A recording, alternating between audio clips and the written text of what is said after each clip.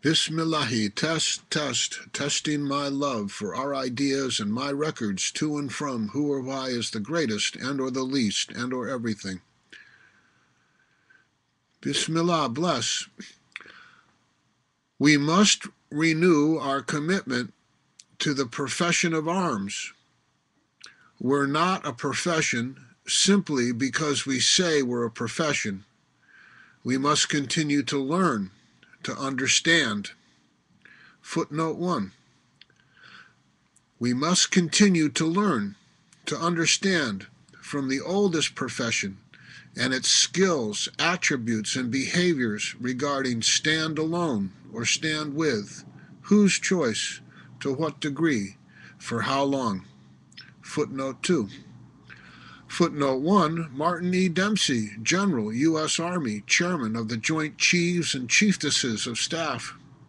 Footnote 2, WLH Haji MAO-AIB, unpaid, unofficial, volunteer, U.S. citizen and honorary world citizen. Post number 142 of 4, post number 412 of 412. William Hale, Hinging 0, Tuesday, 28 February 2012, 11:12 a.m. We must renew our commitment to the profession of arms. We're not a profession simply because we say we're a profession. We must continue to learn, to understand from the oldest profession and its skills, attributes, and behaviors regarding stand alone or stand with, whose choice, to what degree, for how long. Do you know the difference between the equal and unequal assumption of innocence and authority for each and every one? The equal assumption of innocence and authority regarding stand alone or stand with is universal conscription with military or alternate service, equal as the teeth on a comb, the shot heard round the world at Concord Bridge, the duties of membership in the collective sovereign upon which a national Department of Defense is built to defend and uphold the constitutional rights of each and every U.S. citizen. From the Latin, con equals with and stitu equals stand. In contrast, the unequal assumptions of stand, subordinate and prostitute an all-volunteer military into a 1776 British redcoat-style global mercenary doing the work of the highest bidders who keep themselves endowed with income to win their bids by refusing to offer Department of Motor Vehicles style insurance at the sovereign level to offset the risks of potentially lethal technology, thus keeping us dependent upon their skill at using and threatening force and blocking us from being able to use sovereign, peaceful, and defensive use insurance to reduce the costs of defending against such two-edged swords of technology, and who further buy elections through anonymous fundraising organizations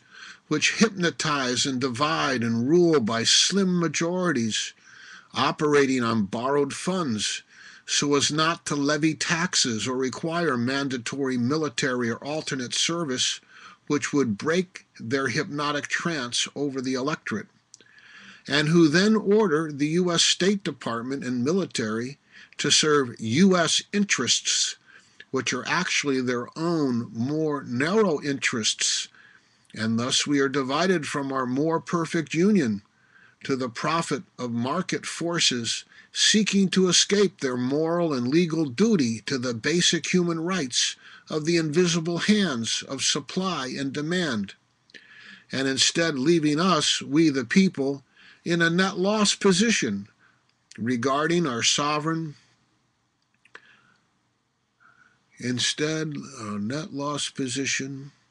regarding our sovereign will, when we are unable to promote the general welfare because of a domestic economy built on the threat of international force, without the counterbalance of international sovereign, peaceful, and defensive use only insurance, which reduces the risks of harm upon U.S. citizens and their families, wherever they might be, and which also reduces the costs of the common defense, draining our budget and making the threat of use of force our largest U.S. export, supporting our currency through the mutual extortion of global cop and big oil so they can pay one another for fuel and protection, and further the unequal assumptions of innocence and authority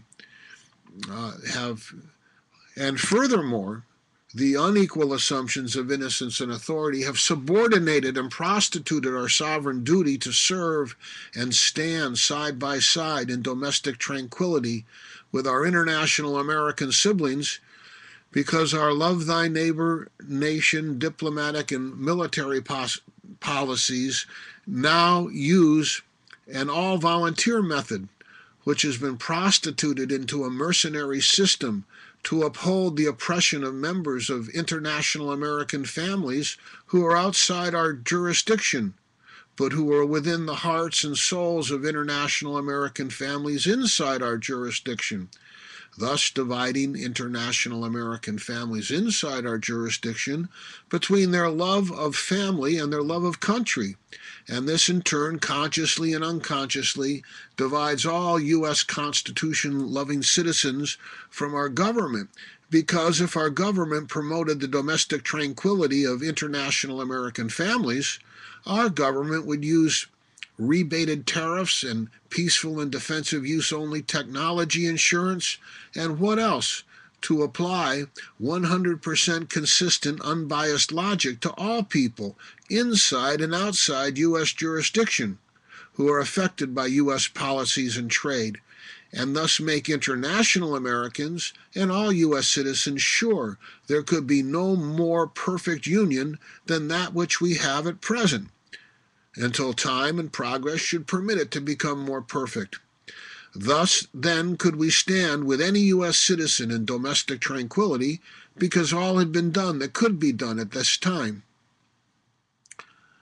We must renew our commitment to the profession of arms. We're not a profession simply because we say we're a profession. We must continue to learn to understand from the oldest profession and its skills, attributes, and behaviors regarding stand alone or stand with, whose choice, to what degree, for how long.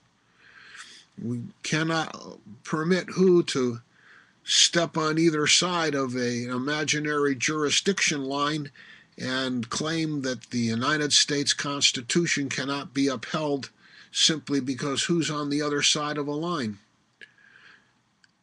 It affects us inside the line, no matter what, who does.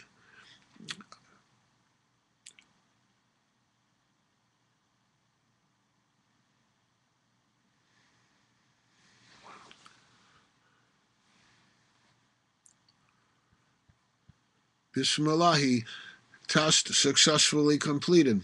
Allah Akbar.